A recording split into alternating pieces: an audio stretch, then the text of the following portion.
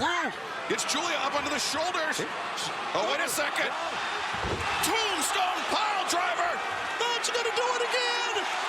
And now, the overhead Sunday Night Fever. 2,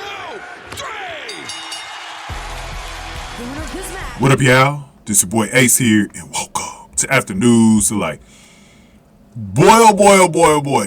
This, I'm going to tell you what, man. This right here, Kris Statlander and Julia Hart for the TBS title had to be one of the women's matches of the year. I'm going to have some candidates. I told you I'm going to do a video after the new year, probably sometime in January or February. I'm going to do a video where I'm going to rank all the women's matches from this year, the top 10 women's matches. I'm going to tell you what, this is in there. This is going to be in there because this one exceeded a lot of people's expectations. We know what Kris Statlander can do. Like, Kris Statlander has been really good in the ring. Julia Hart has been an improvement ever since her first match, where she looked at green as hell. The first time we ever saw her, she looked at so green. Boy, oh boy, is she a quick learner. She's a quick learner.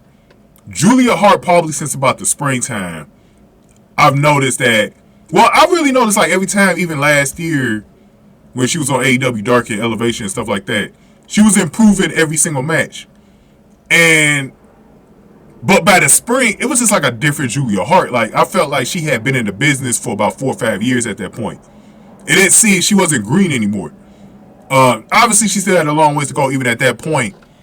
But I was like, man, bro. And what I really noticed to that was like her matches with Anna Jay. I was like, man, you know, she's out. Anna Jay was still rough at that point. I think Anna Jay recently just turned it around in the ring. But Julia Hart has been a quick learner. And let me tell you what, when you could go in that ring against Kris Statlander and have a match like that, where you know it's good when the fans chant, "This is awesome." Because we already know, like, AEW, a lot of times the fans are quiet doing women's matches. They were into this. They were so into this, and they wanted Julia Hart to win. Statlander was actually getting booed a little bit. That's how much they... That's when you know her gimmick is working, too, Julia Hart.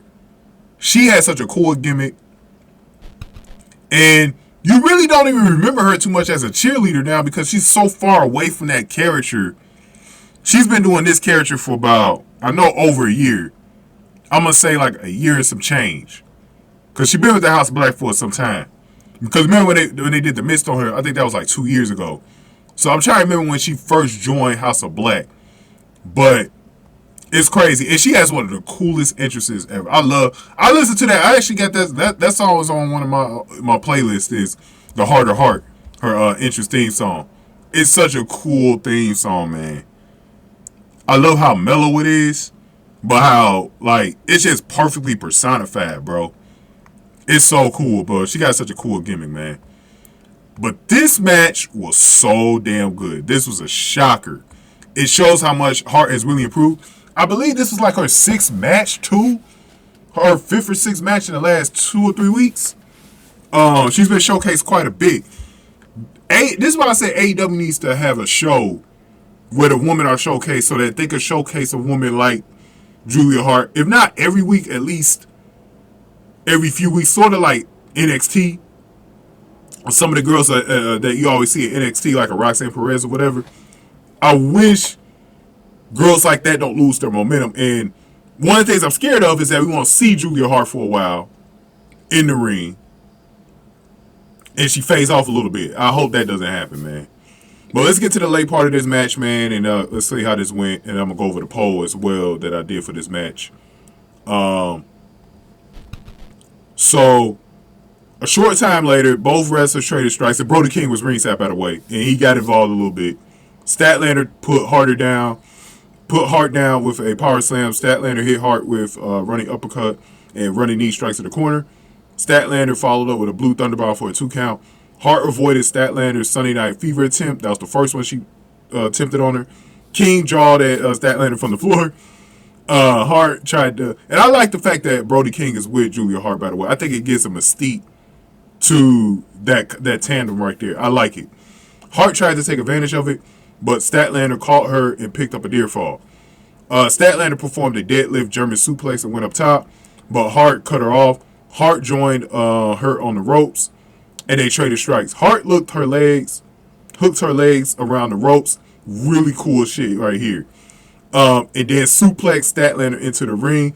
Boy, the crowd was loving that spot right there, bro. Hart stood up on the ropes. Statlander tried to cut her off, but Hart kicked her off and then executed the moonsault. Really good moonsault that was executed here. The crowd loved that too. But Statlander put her foot on the bottom rope. Hart applied the Heartless hold, but Statlander rolled it to her briefly and then powered her up and executed a tombstone pile driver. Statlander held on to Hart and then stood up and hit the Sunday Night Fever attempt before scoring the pin. So that was all she wrote for Julia Hart, who won the TBS title at 9 minutes, man. So really cool stuff here. King put Hart over the shoulder and carried her to the back, man.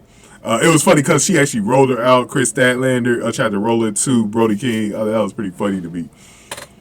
Boy, oh boy. So the 28-match winning streak for Julia Hart has been snapped. And a lot of us didn't even know she had like a 25 match win streak. We knew she was on a streak, but we didn't know how long it was, but they just alluded to it, right? But I actually felt like Julia Hart was a huge winner in defeat. Kris Statlander does the thing. She's been a great TBS champion so far. I think this was her first real threat to lose it. But I think she needs to go back to Ruby Soho. I think her and Ruby Soho need to have another rematch. And Ruby Soho needs to win it so that Kris Statlander could go and challenge for that main title. Boy, whenever they get Jamie Hayter back, I want to see her and Kris Statlander in the ring together, bro. Thickness versus thickness. Let me go to the poll, man, because I got a huge turnout for this poll for this match. 834 votes, 49 likes, 81% of y'all chose Kris Statlander over 19% for Julia Hart. Man, Kris Statlander dominated that damn poll. I thought it could have went either way, but I kind of knew Kris Statlander wasn't going to lose it right there. But like I said, in defeat, thank y'all for voting in that poll, by the way. In defeat, Julia Hart somehow looked like a bigger winner. She looked like a winner because she showed everyone she could go in that ring. And I'm telling you, her and Excalibur, they had a really good match on Rampage. As y'all need to go back, I think it was on Rampage. Her and Excalibur need to have a little rivalry. I thought Billie Stark looked good at 0 Hour early in the night. She's the 18-year-old. And then Anna Jay. I think those four should always be fighting against each other at some point. Like I said, they got a little miniature version of NXT, man, and it's cool to see. And I'm gonna say this right now, man. AEW has a little bit of momentum in their women's division lately, man. They got the new Toni Storm character that's been working out pretty well. Saraya's been champion. You got potentially going to do something with Ruby Soho soon. Will Nightingale still does a really good job with the crowd. If they could somehow mix Athena in there somehow, I think they could really be cooking. Kris Statlander's been a good TBS champion.